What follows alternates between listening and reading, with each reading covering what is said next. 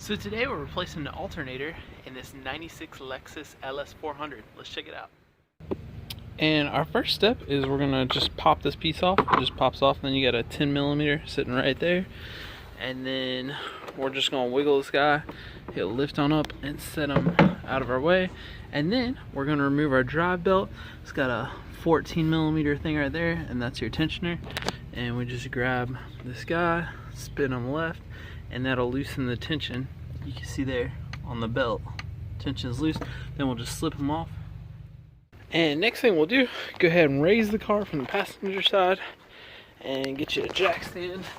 We'll get on under here. I just put my jack stand right there. This dust shield will be sitting up here. Take your 10mm out, that guy right there, drop them. And then, I don't have the dustpan taken off all the way, just dropped right there. And then, we are looking at our alternator right here. One thing I failed to mention in the beginning of the video, make sure you disconnect the negative terminal on your battery, because when we disconnect this alternator, that positive cable will spark and blow a fuse if you haven't disconnected the negative battery cable. So next we're going to disconnect the squeeze and plug, connect it right on the back, and then there will be a nut on the end of this wire to remove both of these wires from the back of this alternator. And then we just have the two bolts, one right there and one sitting right directly above it. We'll look at it here in a second. And the top one is actually a nut, and I'm getting to him from right up top. Hopefully you can see it right there.